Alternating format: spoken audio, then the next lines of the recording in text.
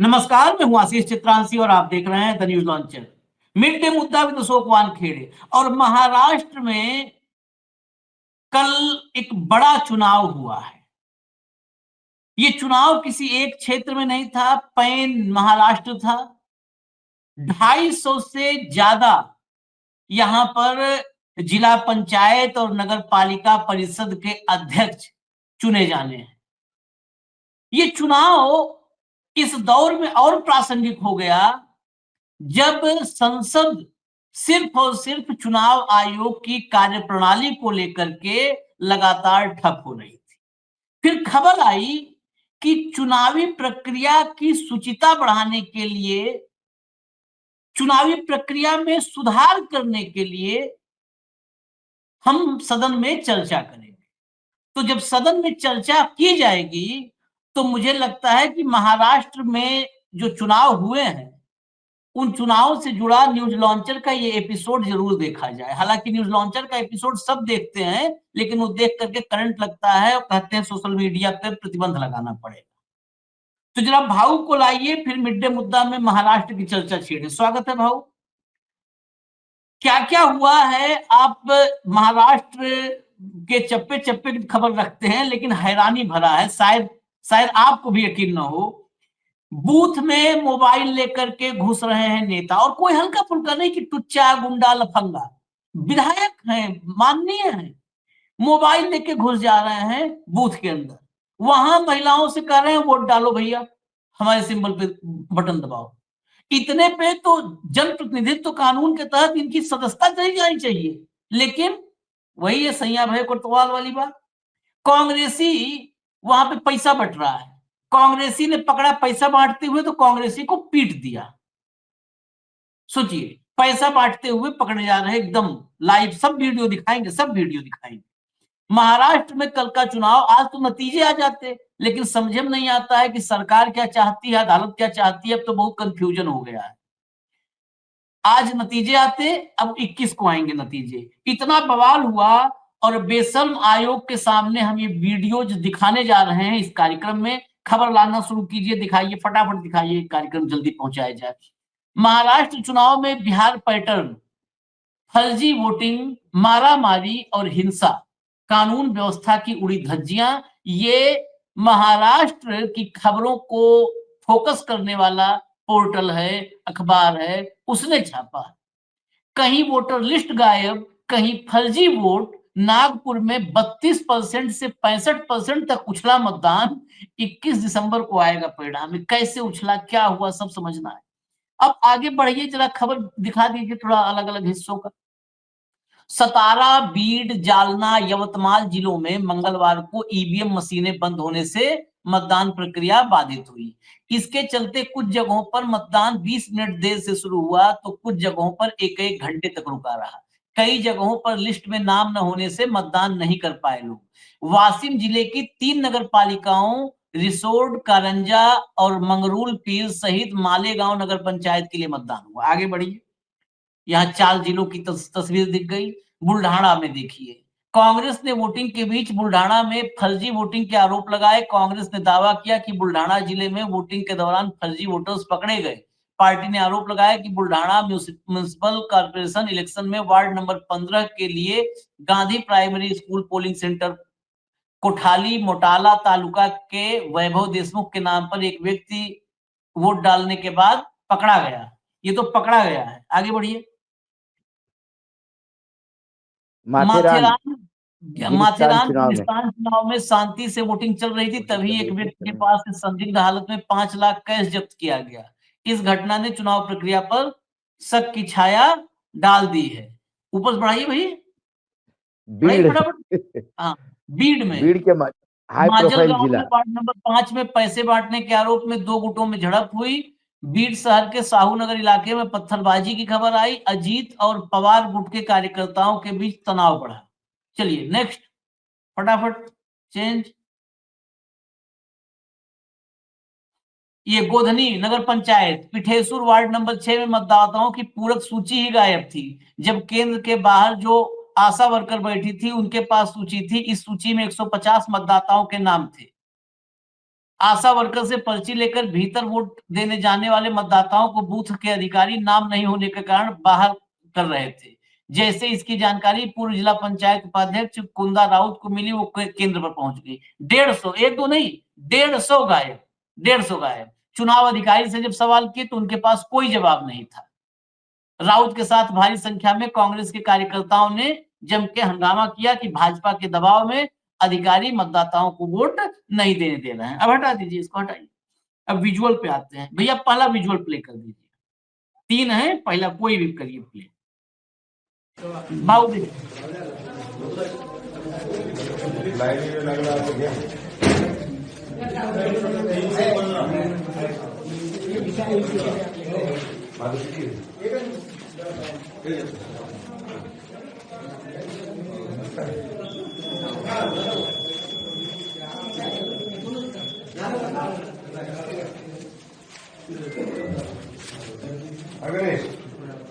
ध्यान से देखिएगा विजुअल। दर्शकों से मैं निवेदन कर रहा हूँ, ये जो महिला खड़ी है 1 minute 5 second, exactly 1 minute 5 second पर, इसीलिए मैंने शुरू में मैं कुछ नहीं बोल रहा था कि आप सुन पाए। 1 मिनट 5 सेकंड पर ये संतोष बांगर है जो आपको दिख रहे हैं, ये एकनाथ शिंदे के विधायक हैं। बांगर महिला को बता रहे हैं कि कौन सा बटन दबाना है पोलिंग बूथ के भीतर, कौन सा। ये मतलब बहुत सारे दर्शकों को लगेगा कि कोई बात नहीं, छोटी सी बात। ये बूथ कैप्चरिंग के समान अपराध माना जाना चाहिए लोकतंत्र में और चुनावी प्रक्रिया में, कि बूथ में एक विधायक घुस करके कह रहा है महिला से कि ये बटन दबाओ। उसके बाद अब देखिए, जो उसके बाद आप देख रहे थे, मोबाइल फोन लेकर के विधायक का एक चेला साथ में मोबाइल फोन लेकर के चल रहा है। मोबाइल फोन बिल्कुल अलाउ नहीं है, ये अगली क्लिप है भाई। मोबाइल फोन बूथ के भीतर लेकर के कोई भी व्यक्ति नहीं जा सकता है, कतई नहीं जा सकता। अब अगली क्लिप पे आइए, अगली क्लिप पे आइए, क्लिप देखिए फिर बताता हूं। प्ले करिए।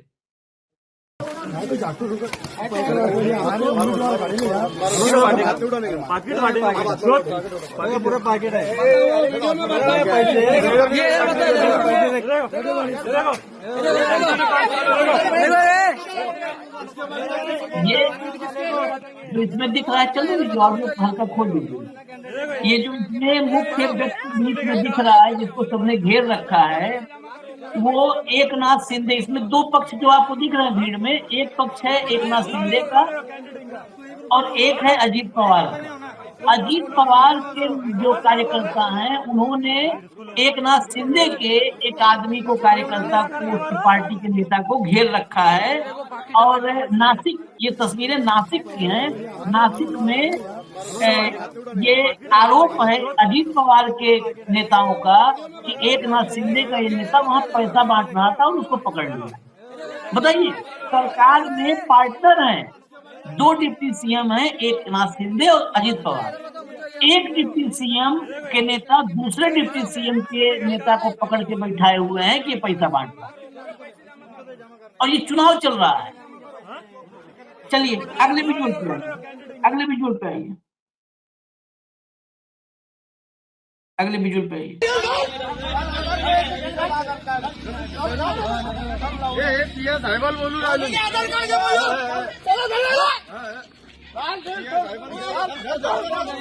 आवाज, अब आवाज डाउन कर दीजिए, आवाज डाउन कर दीजिए, आवाज डाउन कर दीजिए। ये है बुल्ढाना की तस्वीर।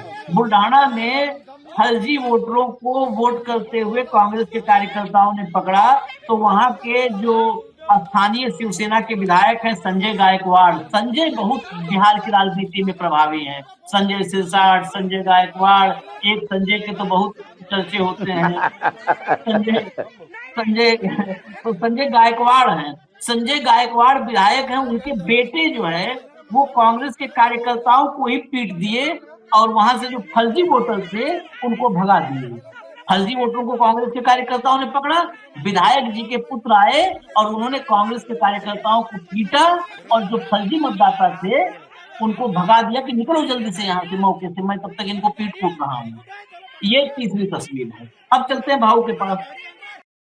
ऑडियो बंद करिए सब। हाँ, भाऊ, देखिए ये तो मुझे लगता है कि यहाँ तक तो बहुत लिमिटेड विजुअल्स हमारे पास आ पाए हैं। मैंने आप तो बहुत अभी इससे बाहर बहुत नहीं थे। घमासान, हर हर बूथ पे घमासान है आशीष जी। हम्म, सबसे हम्म, पहले मैं बता देता हूँ कि लोकसभा चुनाव के बाद जो महाराष्ट्र में जो विधानसभा चुनाव के नतीजे आए, वो अप्रत्याशित थे।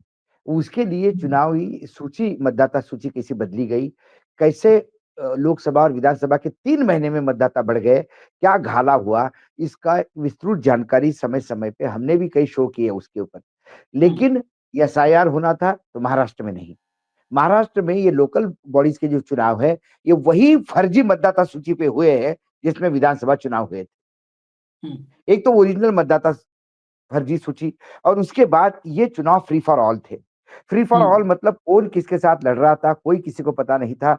कौन किसका दोस्त, कौन किसका दुश्मन, कौन किसके हम्म, साथ मुंबई में बैठा हुआ है, कौन किसके साथ नासिक में बैठा हुआ है। हम्म, नासिक, वैसा देखा जाए तो नासिक में सबसे ज्यादा यदि विधायक है किसी के पास तो अजित पवार के पास। हम्म, अजित पवार को उस जिले का पालक मंत्री चाहिए था। वो हम्म, बीजेपी, और वहां एकनाथ शिंदे भी लगे हुए थे। इसी बीच इसी बीच वहां पे बीजेपी ने अपना पालक मंत्री गिरीश महाजन को लगा दिया। हम्म, तो वहां वर्चस्व की लड़ाई शिवसेना और अजित पवार, मैं बार बार कह रहा हूं, अजित पवार और शिवसेना की ये लड़ाई कोकण से जो शुरू हुई है, वो इतनी बड़े लेवल पे हो गई है कि पार्थ पवार का जो जमीनी स्कैंडल बाहर आया, हम्म, उसमें उदय सामंत हमारे बहुत अच्छे मित्र है, उद्योग मंत्री है वहां पे। वो बार बार कहते कि नहीं नहीं, मेरा कोई लेना देना नहीं इसमें, आपको पता नहीं किसने गलत फहमी बता दी। लेकिन ये सारे जो खेल हुआ है वो वहीं से हुआ है। एक नाथ शिंदे के ही लोग हैं जो इस स्कैंडल को उठा रहे थे। उधर उद्धव ठाकरे के साथ अजित पवार ने कोकण में दोस्ती कर ली। हम्म, एक नाथ शिंदे और बीजेपी आमने सामने हैं कोकण में। नारायण राणे के दोनों बेटे बिल्कुल बीजेपी को पे भी, जो एक नाथ शिंदे के साथ है वो बीजेपी को भी भला बुरा कहने से बाज नहीं आता। हम्म, दो राष्ट्रवादी एक कई जगह इकट्ठा लड़ रही है। तो ऐसे में आपने जो बीड़ का बताया, वो बीड़ तो वही है, हाई प्रोफाइल एकनाथ, वो धनंजय मुंडे वाला, हाँ, हाँ, जहां धनंजय मुंडे को इस्तीफा देना पड़ा। हाँ, उसको तो लोग महाराष्ट्र का बिहार बोलते हैं। अराजकता का यदि बिहार अराजकता का लोग ये समझते हैं, मॉडल समझते हैं, तो फिर उसको बीड़ को बिहार से भी गाय गुजर समझते हैं। दिन दहाड़े लोगों की हत्याएं होती है, दिन दहाड़े भ्रष्टाचार डंके की चोट पे होता है। अधिकारी सरकार के दरबार में और गुंडों के दरबार में नृत्य करते हुए दिखाई देते हैं। वहां पे भी हुआ। और एक जो विजुअल आपने यदि केयरफुल देखा होगा कि एक हम्म, फर्जी मतदाता कांग्रेस वालों ने पकड़ा, लेकिन हम्म, फिर संजय गायकवाड़ के लोग आए, हम्म, उन्होंने और उस पुलिस वाले ने भी हाँ, उस विजुअल में दिख रहा मतदाता है। को, उस फ्रॉड को भगाने में मदद की, हम्म, हम्म, बचाने में मदद की। ये ज्ञानेश कुमार को सब देखने के बाद भी वो कहते हैं कि 135 करोड़ लोग मेरे पीछे खड़े हैं,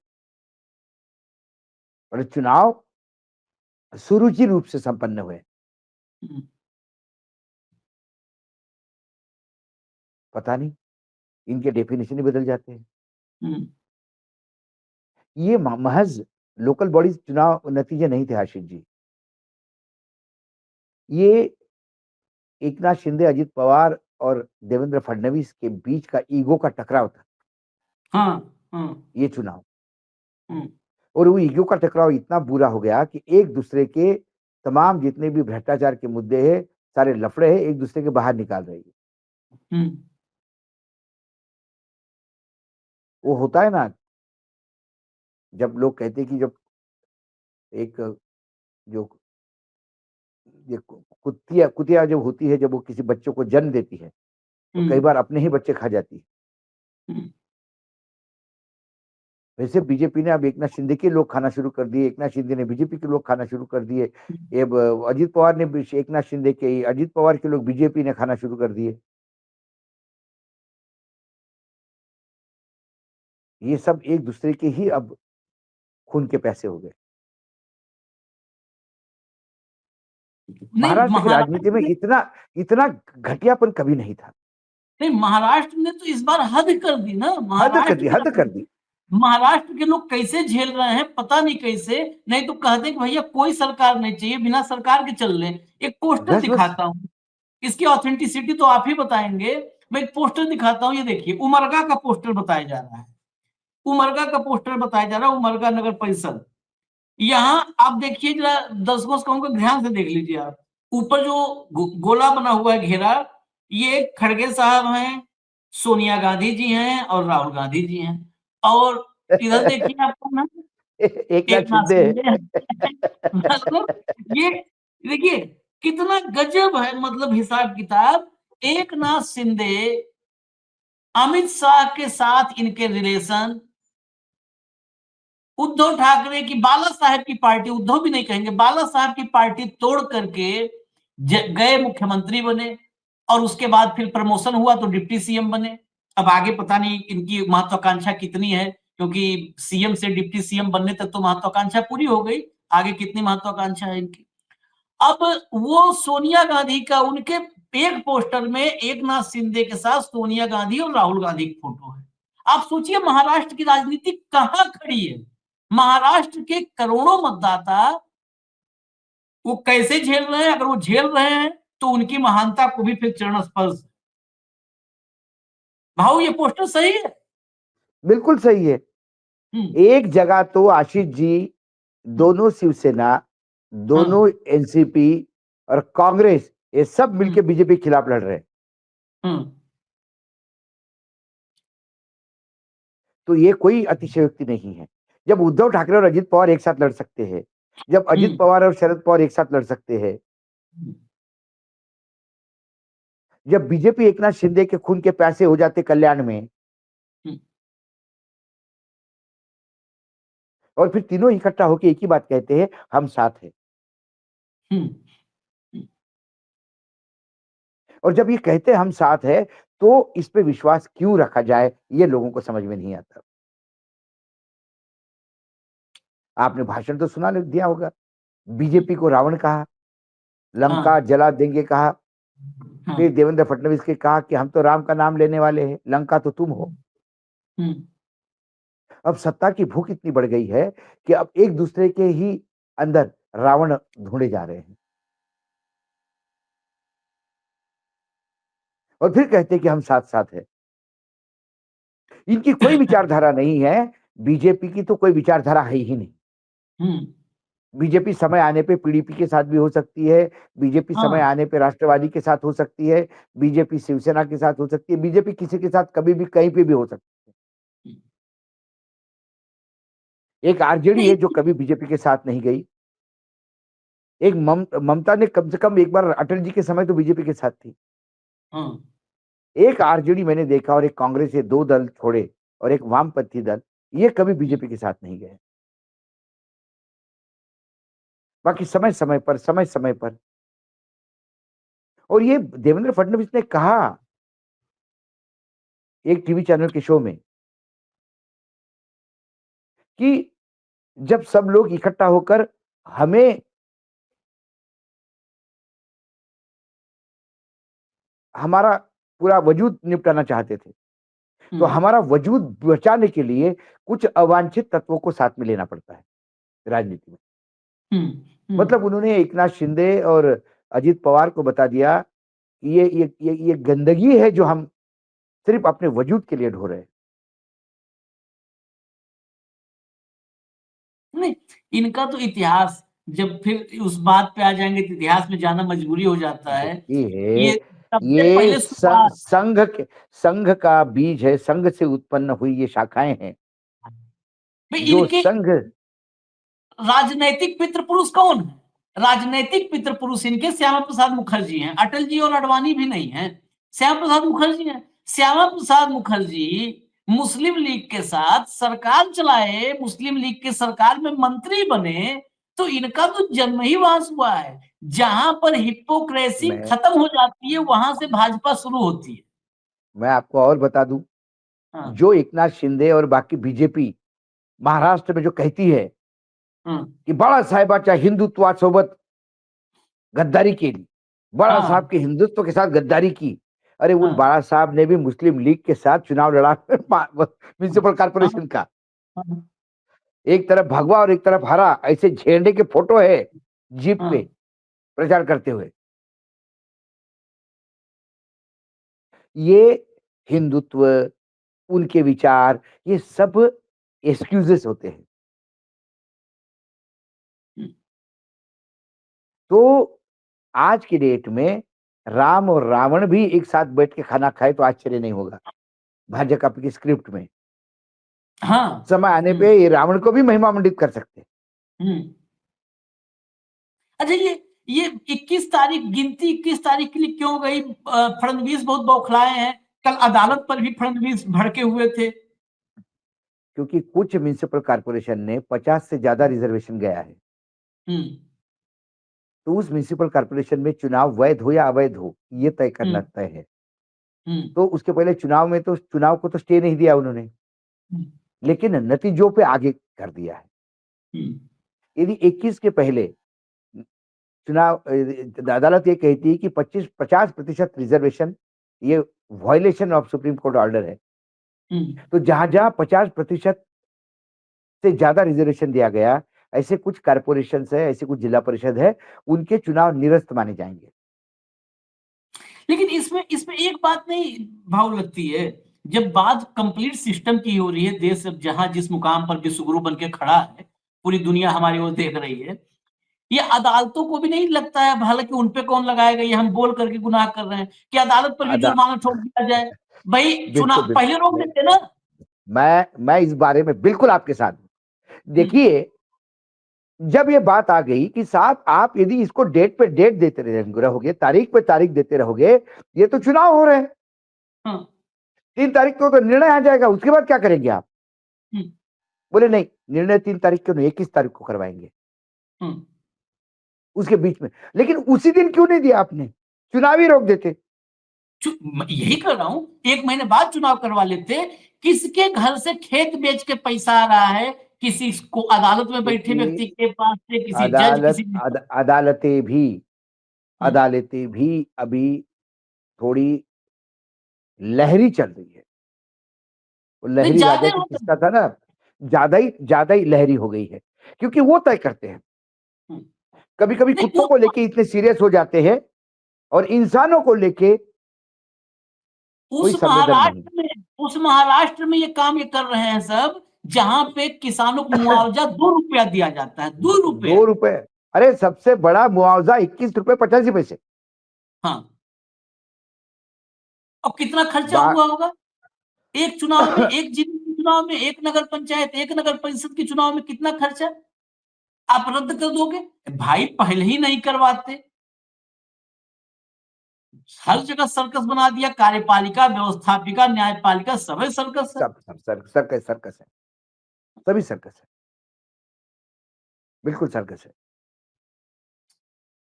भाई चलिए, हम लोग तो इंतजार कर रहे थे 3 तारीख को देखेंगे कि शिंदे हाँ फडणवीस हम में कौन जीता, फडणवीस हाँ अजित पवार में कौन नहीं, जीता। हम तो ये भी कह रहे थे कि चुनाव के पहले जो किसी के साथ मिलके जो पोस्टर आपने देखा कांग्रेस और एकनाथ शिंदे का, हाँ हो सकता है हाँ चुनाव के बाद फिर वो एकनाथ शिंदे और अजित पवार एक साथ होके सरकार बना दे वहां पे, हाँ हाँ हाँ। क्योंकि इनका ईमान धर्म तो है ही नहीं। हम्म 50 खोखे में बिकने वाले लोगों का ईमान धर्म क्या हो सकता है? अब 50 खोखे अपन भी बोल सकते हैं, क्योंकि अब बीजेपी के विधायक ने बोला कि 50 खोखे दिया है। बीजेपी ने बोल दिया तब तो वैसे ही वो ISO 9001 सर्टिफाइड हो गया है। अब बीजेपी वालों की बात हम लोग काटेंगे तो गुनहगार होंगे भाई। नहीं नहीं, गुनहगार होंगे भाई, बिल्कुल गुनहगार होंगे। बोले कि जिसने दिया वो बोल रहा है, जिसने लिया वो चुप है, मना नहीं कर रहा है, और तुम उधर से हाँ। ऊपर से चिल्ला रहे हो उधर बैठ के दिल्ली में। दोनों नालायक है बिल्कुल, बोले नहीं लिए नहीं लिए। चलिए स्थिति, चलिए महाराष्ट्र की कहानी, अब 21 तारीख तक इंतजार करना पड़ेगा। लेकिन जहां जहां ये चुनाव, अगर ये नौबत आती है, हम तो अब चाहते हैं कि ना आवे, क्योंकि उसका बोझ किसी पर नहीं पड़ना, न फडणवीस पर, न अजित पवार पर, न शिंदे पर, और न उस जस्टिस पर, जज पर, जो आदेश दे रहे हैं, रोक रहे हैं। हम्म, अगर 4 जगह भी, 10 जगह भी कैंसिल हुआ, तो 10 जगह एक चुनाव में लाखों से नीचे का खर्चा नहीं होता।